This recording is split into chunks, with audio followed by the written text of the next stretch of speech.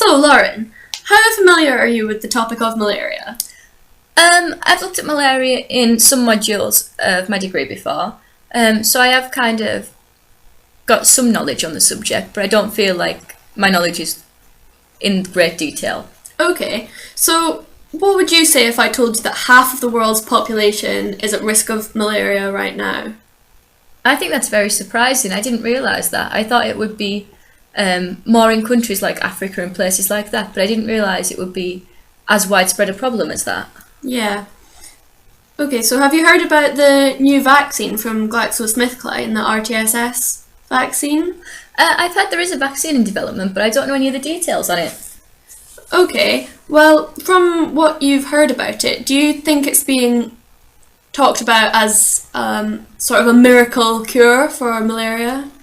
That is the context that I heard it in, but I think that maybe that was a bit optimistic, but I don't know the details on it, so maybe you could tell me more on that. Yeah, well, you'd be right to think that that is quite optimistic. I mean, obviously any breakthrough with vaccine development for a disease as widespread as malaria is great, but there are some drawbacks. For example, the vaccine protective effect will wear off after about 18 months, so a booster shot is being looked into to maybe carry on this protective effect, but that in itself has problems with expense and getting people to revisit clinics to be vaccinated.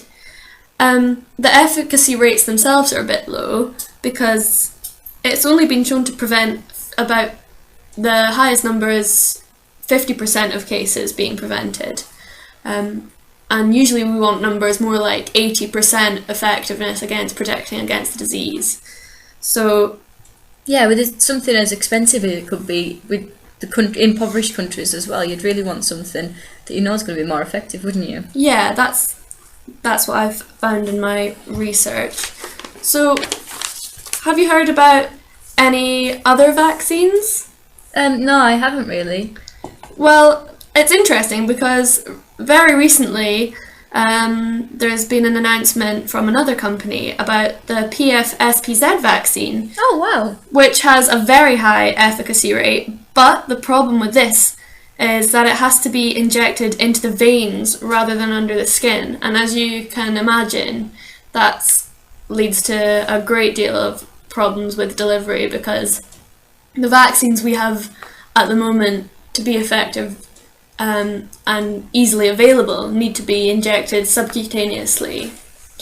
So there's a much greater risk with injecting into the veins, which is why this vaccine hasn't received as much press as maybe the one that you've heard about. Yeah. So what sorts of problems do you think there could be with a vaccination program? Can you think of any, or?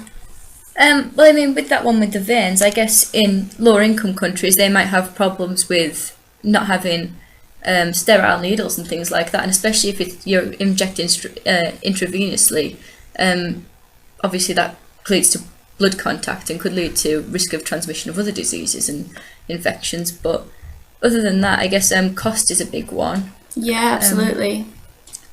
What about, do you think that people in countries where there's less education might not trust this Western style of medicine, where they're used to having their own ways of dealing with disease? Oh yeah, definitely. I think culture's got to be an issue, especially if you look at kind of tribal places where they still believe that herbal remedies and things like that are the answer, and where they don't really like contact with the outside world. Yeah, I wouldn't have thought of that myself, but I guess that is a major problem especially in places where the disease will be quite prevalent. Yeah, and in a lot of the countries, African countries particularly, where it's affected by malaria, there's civil unrest, there's wars between different parts of the country. So do you think that could have an effect on the delivery of the vaccine? Oh yeah, definitely. I mean, surely that'll make it harder for them to deliver because there's obviously a lot of risk to the people themselves who are delivering it, and people will be less trusting. Conspiracy theory is about to be widespread. Yeah, I mean, your priority, I guess, at that point is surviving the war, not surviving surviving the unrest and all the killings and stuff, rather than the actual diseases. But yeah. Well, thank you very much for your opinions, Lauren. I've learned a lot from you. Thank you. Thanks, Anna.